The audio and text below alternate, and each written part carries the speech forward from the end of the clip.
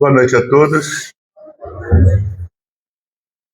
falar um pouquinho sobre esse livro que eu estou lançando agora, é o livro de número 76 da minha carreira de escritor.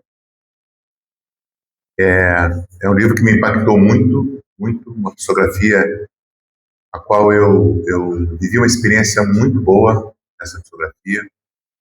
Eu posso assegurar a todos vocês que certamente foi uma das melhores psicografias, a meu ver, que passou pelas minhas mãos, né? Veio do mundo espiritual e passou pelas minhas mãos. Eduardo, dá um jeito aqui, cara, não estou me ouvindo, tá horrível isso aqui. Foi um livro que eu comecei a psicografia uns 2 anos atrás. A Nina, a minha mentora que escreve comigo, ela tem um comportamento que às vezes me intriga demais. Parece que eles vão nos preparando para aquilo que vamos entregar, os mentores. Eu comecei esse livro relatando a história de uma menina que foi estudar fora do Brasil, um país que eu acho que foi Londres.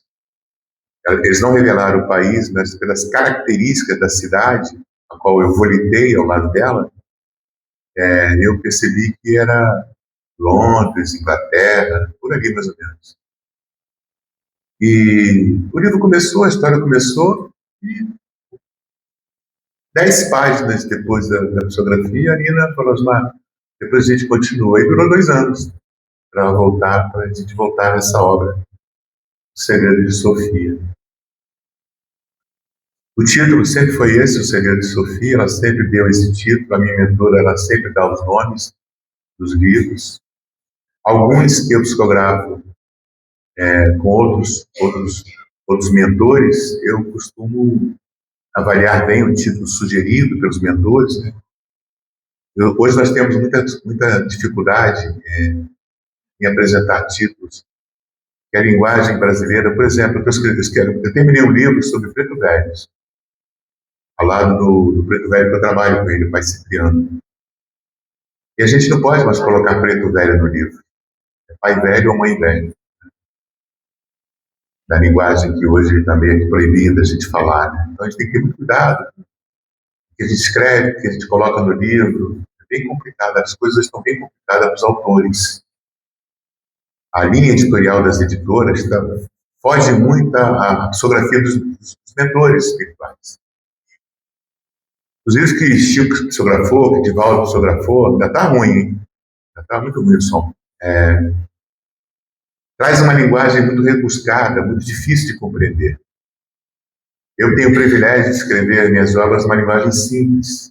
E isso, o grande público que eu tenho, os leitores que eu tenho, são por esse jeito de escrever, por essa maneira de escrever,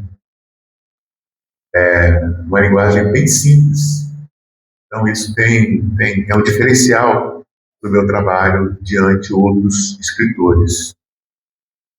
E eu procuro ser o mais simples possível para facilitar as pessoas a entenderem a nossa religião. Eu acho que a leitura rebuscada, ela acaba afastando o leitor do livro. Você começa a ler uma obra, né?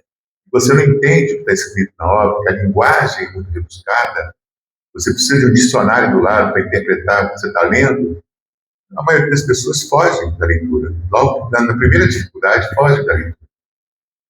Então, o nosso trabalho, o trabalho da editora Mundo Espírita, o meu trabalho como escritor e médium, é tornar a leitura bem suave, bem didática, bem pessoal, né? Eu escrevo sempre na primeira pessoa, então todo mundo que lê meus livros consegue entrar na história, as pessoas ficam presas na história como se fizessem parte do livro mesmo.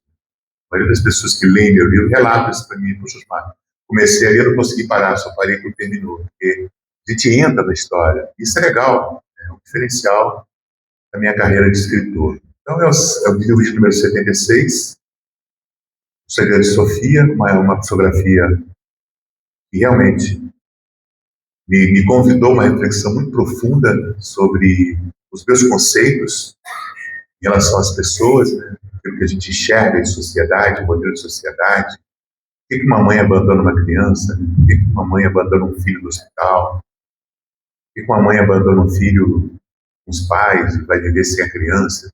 A gente vê muito disso espalhado por aí, né? Infelizmente. Tem mães que não conseguem assumir a maternidade, né? E esse livro traz um esclarecimento muito profundo sobre isso, sobre essas situações que acontecem na nossa sociedade, né? Das crianças abandonadas. Eu vou ler só um pedacinho para vocês aqui do prefácio, para que vocês entendam o conteúdo dessa obra, que mexeu muito comigo. Posso começar? Por que crianças são abandonadas à própria sorte, recém-nascidas, quando ainda nem aprenderam a respirar o mundo, nem possuem forças para pedir socorro? Que tempestades íntimas atravessam o coração de uma mãe, a ponto de fazer afastar-se de um ser tão indefeso, como se aquela vida não existisse, como se não fosse carne de sua carne, sobretudo, espírito diante de Deus. Como compreender um gesto tão extremo, quando a criança nada sabe sobre a vida, nada entende sobre as dores humanas, não dispõe sequer do mínimo para sobreviver? À primeira vista, o abandono parece apenas crueldade. No entanto, quando olhamos com mais profundidade, percebemos que a realidade humana é complexa e muitas vezes marcada por misérias visíveis e invisíveis. Há mães que abandonam por desamor, sim, mas há também aquelas que o fazem por desespero, por medo, por ignorância, por falta de apoio, por adoecimento mental, por adoecimento emocional, por violência sofrida, por miséria material ou por solidão absoluta. Ainda assim, nenhuma dor justifica a dor imposta ao inocente. O Espiritismo nos convida a compreender sem compactuar, a enxergar sem condenar cegamente e a agir para transformar. É nesse ponto que surge uma pergunta ainda mais profunda. Há causas espirituais no abandono de incapaz? Na visão espírita, somos espíritos imortais em processo de aprendizado. Encarnamos para reparar, crescer, amadurecer, desenvolver virtudes e ressignificar escolhas. Assim, uma criança não é um acaso biológico nem um erro da vida. Ela é um espírito que retorna à carne, trazendo necessidades, provas e oportunidades de renovação. Muitas vezes, o que chamamos de tragédia na Terra é, na verdade, um capítulo doloroso de uma história maior, na qual consciências se encontram para aprender, resgatar, reconciliar ou construir novos caminhos. Nós, espíritas, entendemos que a encarnação tem objetivos. Nós não encarnamos ao acaso. Todos nós estamos encarnados com um propósito, com uma missão, com um caminho, com uma diretriz a qual temos que cumprir. A nossa religião condena o suicídio, condena o desamor, condena o abandono. Porque fugir do problema não é a solução. Nosso querido e amado instrutor maior, Chico Xavier, dizia que se o problema não tem solução, a solução já está dada. Não tem solução. Muitas vezes sofremos a mazela humana por não acreditarmos em nós mesmos. Não temos fé, esperança, não termos certeza que há no plano espiritual mentores a cuidar de cada um de nós. Afinal, aqueles que se foram antes de nós não deixaram de existir. Eles continuam vivos na vida espiritual e continuam nos auxiliando à medida que eles têm capacidade, que eles têm permissão para nos auxiliar. Mas todos aqueles que nos amaram e deixaram a vida humana continuam nos amando. O desencarne biológico não dá ao espírito nenhum poder. Você não se torna santo porque morreu e muito menos demônio porque morreu. O que acontece após o desencarne, após o desenlace carnal, é que os nossos sentimentos se potencializam. Se você é uma pessoa boa, você vai se tornar uma pessoa melhor ainda quando estiver desencarnado. Se você é uma pessoa ruim, provavelmente você vai se tornar uma pessoa pior quando desencarnar. A vida na erradicidade não é muito diferente da vida que você está vivendo hoje.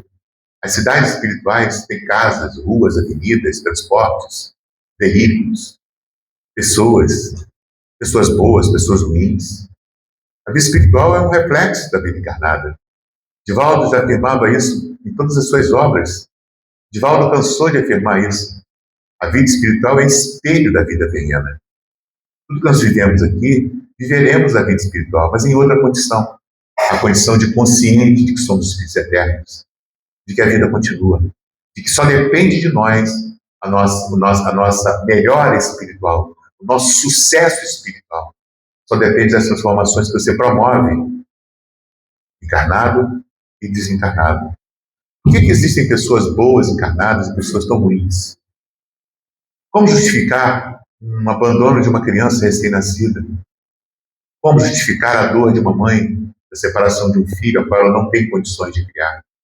O Segredo de Sofia traz revelações que vocês vão ficar impressionadíssimos. Eu fiquei muito impressionado. Sofia foi abusada, teve um filho que não queria, teve um filho de um abuso não permitido. Mas o destino fez com que ela e esse filho um dia se encontrassem novamente. E entre o reencontro de Sofia e o abandono dela no hospital, nós temos uma linda história que todos vocês deveriam ler. Que é a história de superação, história de amor, história de bondade, história de caridade, história de pessoas que reviram todo o seu destino após uma experiência vivida na carne, após o abandono de uma criança inocente no hospital. O livro me impactou muito, porque as estradas que cruzaram o caminho de Sofia cruzaram meu coração também. Eu entendi que a gente não compreende nada ainda, que a gente está muito distante dos desígnios de Deus. Aquilo que às vezes a gente acha que é sorte, que é azar, não é nada disso. Aquilo que você acha que está te acontecendo hoje, está te fazendo mal, está te prejudicando, está te destruindo, não está te destruindo. A experiência que você está vivendo hoje é a oportunidade de melhora, de reparo, de transformação. Eu vejo pais que abandonam filhos, eu vejo filhos que abandonam pais, eu vejo pais que maltratam filhos, eu vejo filhos que maltratam pais. E muitas vezes a gente não entende por que um filho virou as costas para mim. Por que a vida fez isso comigo? Eu dei de tudo a esse filho, por que esse filho faz isso comigo? Você não conhece a história pretérita, você não lembra dela. E se você lembrasse do que você fez a esse filho na outra vida, talvez você aceitasse com mais resignação o que o filho faz com você hoje. Talvez você entendesse que o que você está tendo é uma permissão de resgatar um débito pretérito muito grave, a qual você cometeu. Nós não somos santos. Nenhum de nós que está encarnado é perfeito. Os perfeitos que estiveram foram crucificados, foram maltratados, foram caluniados, foram injuriados, foram ofendidos, foram taxados disso ou daquilo. E ser bom custa caro. Ser caridoso custa caro. Ser honesto, então, nossa, mãe. Nós vivemos uma sociedade espiritual muito densa. Todos nós que estamos encarnados viemos do umbral. Nenhum de nós veio de colônia. Nós reencarnamos, a partir de 1960, uma oportunidade de reparar todos os nossos erros do passado. De 1960 para cá, encarnaram 5 bilhões de espíritos. 5 bilhões de espíritos em 60 anos. Para e pensa. Em 1960 anos, encarnaram 2 bilhões de espíritos. E em apenas 60 anos, encarnaram 4 a 5 bilhões de espíritos. Você acha que você vem do céu?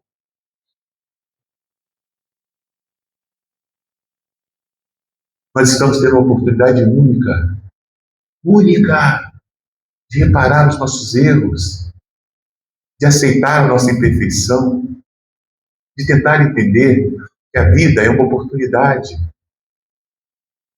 Estamos aqui em provas difíceis demais. Todos nós que estamos nesse salão hoje, todos vocês que estão assistindo essa palestra, tem algo no coração. Tem algo que você não fala. Tem uma dor silenciosa que te corrói. Tem algo que te preocupa. Tem algo que você não consegue fazer.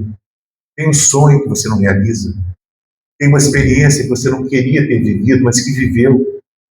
Eu tenho certeza que todos vocês que estão aqui hoje, se pudessem voltar 30 anos atrás, não fariam um terço do que fizeram. Mas são essas experiências que nos transformam. São essas experiências que nos modificam. São essas experiências que vão moldando o nosso corpo, o nosso espírito, de forma que nós possamos adentrar as cidades espirituais e lá permanecermos. A vida não é um acaso. Você não é um acaso. Você é um espírito, filho de Deus, centelha do Pai, uma parte poderosíssima que está na terra. Jesus já nos disse: sois o sal da terra. Se tiveres a fé de tamanho de um grão de mostarda, e dizer aquele monte, mude de lugar, o monte mudará. São palavras em vão? Não, não são. São instruções muito importantes para nós. Deus não quer você dentro de uma igreja. Deus não quer você dentro do centro espírita. Deus não quer saber a casa que você vai. Deus não quer saber a sua religião. Deus quer saber o templo que você está construindo no seu coração. O templo sagrado que Ele depositou em você. Se olharmos para a história da humanidade, verificaremos juntos que desde que estamos aqui, desde os primórdios da criação humana, nós estamos procurando Deus.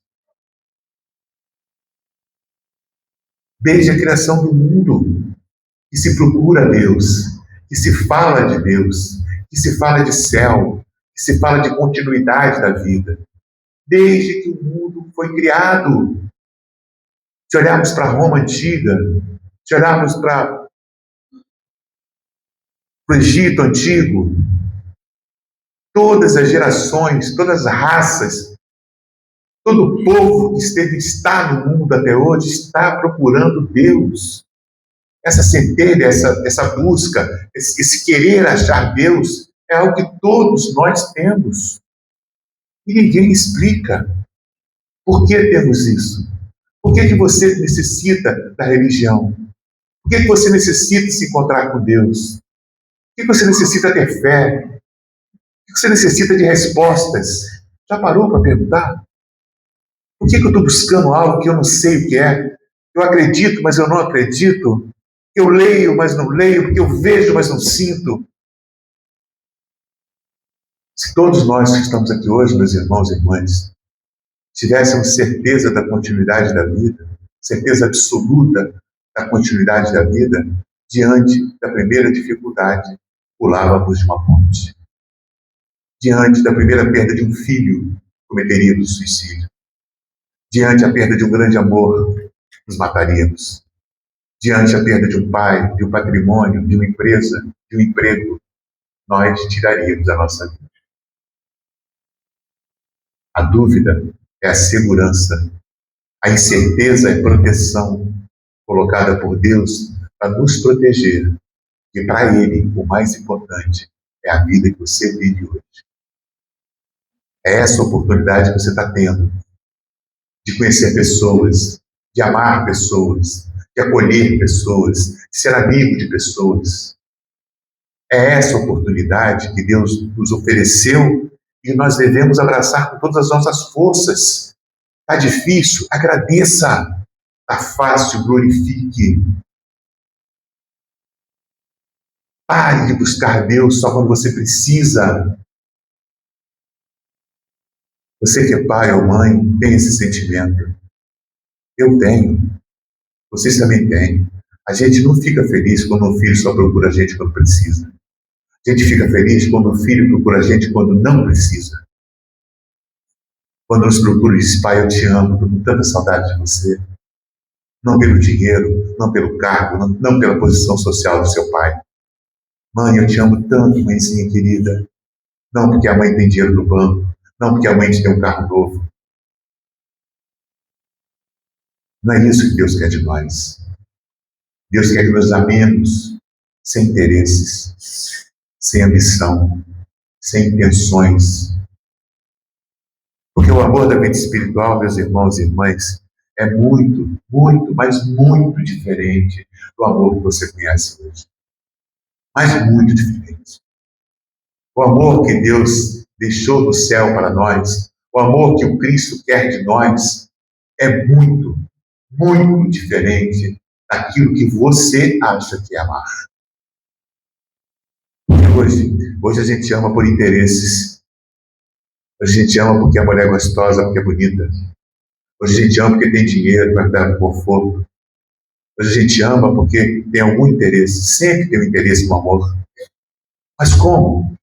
Que amor é esse da vida espiritual que não há nenhum interesse? Não há bens, não há patrimônio, não há sexo. Que forma de amar é essa? Como eu vou amar alguém que não faz sexo comigo? Como eu vou amar alguém que não me dá dinheiro? Como eu vou amar alguém que não me leva para jantar? Como eu vou amar alguém que não paga meu aluguel? Como eu vou amar alguém que não paga minha internet? Está na hora de aprendermos a amar. Porque o amor que nos espera não é o amor que você conhece. E eu vi esse amor no livro O Segredo de Sofia. Eu vi o amor de uma mulher por um filho. Eu vi a capacidade de uma menina transformar totalmente a sua vida por uma criança que ela renegou. E até chegar nesse dia em que Sofia toma seus filhos dos braços no hospital, vocês não imaginam o que essa menina passou. Você não imagina as oportunidades e as armadilhas que a vida criou para essa jovem. Sozinha, num país distante, sem ninguém, sem amigos, sem familiares, apenas um namorado, que era somente um namorado, sem nenhuma intenção. Sofia se vê sozinha, desesperada, grávida, após um abuso sofrido. O que fazer? Quem procurar? Que tipo de oração? Quem pode me salvar? O que eu faço da minha vida? O que você faria da sua vida? Se você estivesse numa terra distante, sem ninguém para te apoiar. E é nessa hora que a gente vê o amor que Deus tem por todos nós. É nessa hora que a gente vê a intercessão dos espíritos amigos, aqueles que estão nas cidades espirituais, aqueles que você não lembra dessa vida, aqueles que te amaram em outras vidas, aqueles que lutam por você a todo tempo no plano espiritual, aqueles que te trouxeram à casa espírita, pois muitos de vocês são trazidos por eles à casa espírita. E a primeira coisa que você vai querer fazer quando chegar na vida espiritual é dizer para quem está aqui embaixo que a vida continua. E só existe uma forma de dizer que a vida continua: a doutrina espírita. É a única. É a única que fala da continuidade da vida sem interesses, que não vende pedacinho de terra e de céu para ninguém, a qual você não tem nenhum débito a pagar. A doutrina espírita te cobra isso. Ela pede, orienta que você se transforme, que você entenda que você está temporariamente numa roupagem humana e que essa roupagem humana morre todo dia. Amanhã você está morto mais um dia. Daqui a um mês morremos 30 dias. Daqui a um ano morremos mais um ano. A nossa direção é a sepultura. Todos nós estamos indo em direção a ela. O que acontece entre esse intervalo e a sepultura é que vai diferenciar você. Não aqui. Não aqui não. Aqui 5 dias após teu enterro, o teu patrão está procurando alguém para botar no teu lugar. A tua família já está reunindo para ver o que vai fazer com o que você deixou. Suas roupas foram doadas para o centro espírita, para o brechó. Seu carro, aquele que você tanto amou, aquele que você deu mais valor do que um filho, vai ser motivo de disputa, de briga, de herança. O dinheiro no banco, se você não organizou, meu amigo e minha amiga, se prepara. Você vai desunir a sua família. Você vai deixar uma bela confusão na sua casa. E a morte não avisa o dia que ela vai chegar. Ela simplesmente chega. O que nós temos que aprender, meus irmãos e irmãs queridos, é que esse intervalo é que faz a diferença. Que tipo de transformação eu tenho que promover em mim, Osmar? Que tipo de coisa eu posso fazer para agradar a Deus e para que eu, quando chegar à vida espiritual, quando eu deixar o meu corpo humano, eu tenha conforto, eu tenha paz, eu tenha tranquilidade, eu tenha serenidade na vida espiritual. Porque, segundo meu irmão Chico Xavier, disse que a maior dor que nós sentimos quando morremos é a dor do arrependimento. O arrependimento de não ter aproveitado essa oportunidade que a vida te deu de bandeja para você fazer diferente, fazer melhor, se tornar melhor. E muita gente acha que se tornar melhor é comprar alguma coisa para alguém. É dar um dízimo bem alto para o seu pastor, para a sua igreja, para o seu bispo, para o seu pai de santo, para quem quer que seja. Não é isso. Deus não está à venda. Não se compra Deus. Você compra carro, você compra casa, você compra roupa, você compra marido, você compra esposa, você compra sexo, você compra filme, você compra prazer, você compra lancha, você compra jet ski, você compra moto. Deus você não compra. Deus você conquista.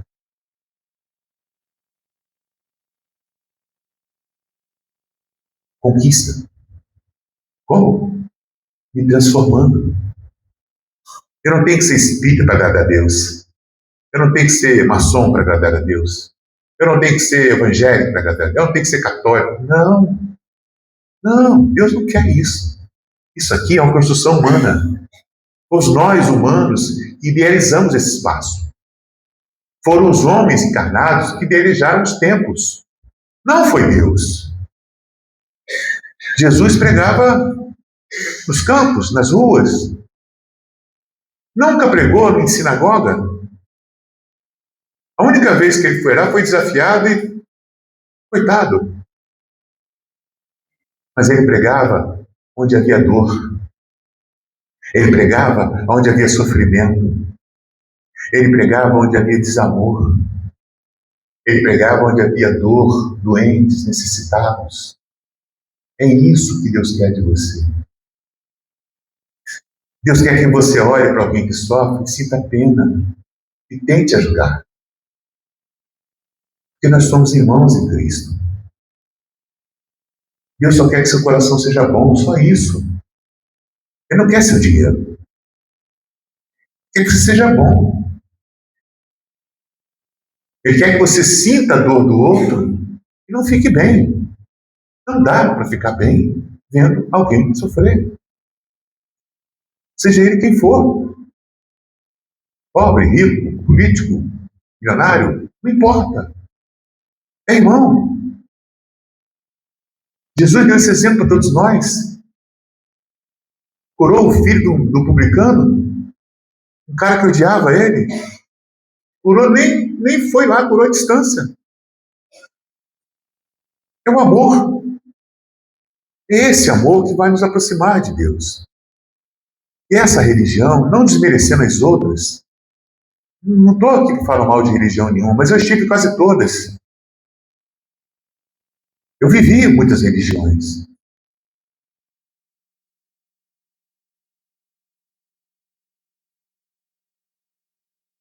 E leio até hoje. E a única religião que nos convida a amar sem nenhum interesse é o Espiritismo. Sem nenhum interesse. O Espiritismo só quer que você aprenda a amar, que é a máxima do nosso Senhor Jesus. Se a Bíblia tivesse só uma frase, se a Bíblia tivesse somente um texto, se a Bíblia tivesse somente uns salmos, se a Bíblia tivesse somente um capítulo, se a Bíblia tivesse somente um versículo, o versículo seria: amai-vos como eu vos amei. Mas a gente não lembra disso. A gente está tão preocupado que amanhã tem que pagar uma conta. Está tão preocupado que tem que trocar o carro esse ano. Está tão preocupado que tem que pagar o IPVA e IPTU. Está tão preocupado em pagar a conta de luz que a gente esquece que a gente vai desencarnar e vai precisar dessa conexão. Você, quando desencarnar, vai precisar da conexão divina. Não fique pensando, meus irmãos e irmãs, que o plano espiritual é um local único. Não é. Não é. O plano espiritual está todo subdividido em várias cidades, em várias camadas vibratórias, algumas densas, outras sutis. As densas ficam aqueles espíritos que vocês conhecem, que estão abarrotando os nossos presídios. Ficam nessas regiões. Porque Jesus disse, onde estiver o teu coração, ali estará o teu tesouro. Tem muita gente que aposta, faz uma aposta assim, não, eu vou levando a vida, eu entendi perfeitamente que isso aparece em suas marcas. Entendi, gostei pra caramba que o senhor falou isso pra mim aqui, vou refletir sobre isso. Mas eu vou fazer o seguinte, vou pagar para ver. Vou esperar morrer para ver se é isso mesmo. Sabe por que eu escrevo 70 livros, gente? Sabe por que eu venho à casa espírita quinta e domingo? Porque eu tenho certeza que a vida continua. Talvez se eu não tivesse certeza, eu estaria sentado onde vocês estão aí hoje, assistindo uma palestra. Talvez. Eu entendo vocês. Eu sei que é difícil acreditar nisso. Para mim também era difícil. Aliás, eu nem acreditava nisso. Aliás, eu nem sabia disso. Eu nem tinha noção que a vida continuava quando eu vi que a vida continua. Quando eu me vi fora do meu corpo. Em um leito de hospital. Então, diante de vocês, não tem um pregador. Diante de vocês, não tem um escritor. Diante de vocês, não tem um sacerdote de Umbanda. Diante de vocês, tem um homem que viu o outro lado da vida e voltou. Uma pessoa que vai desencarnar falando a mesma frase. Você não vai morrer. Eu vou morrer falando isso para as pessoas. Porque eu não morri. Quando eu me falo do meu corpo, eu estava vivo, mais vivo do que nunca. E quando eu escrevo esses livros, essas obras, eu vejo cidades espirituais maravilhosas. Eu acompanho mentores de luz em desdobramento. Terminei hoje a revisão de mais um livro, que será o próximo. Estive em Aruanda. Visitei a parte nova de Aruanda e a parte antiga. Aruanda é uma colônia espiritual uma das mais antigas, se não a mais antiga, que foi criada pelo nosso Senhor Jesus. Então, meus irmãos, entrego a vocês hoje, não um livro, mas o relato de uma jovem que tenho certeza vai mudar o coração de vocês. Entrego a vocês hoje o segredo de Sofia. Obrigado.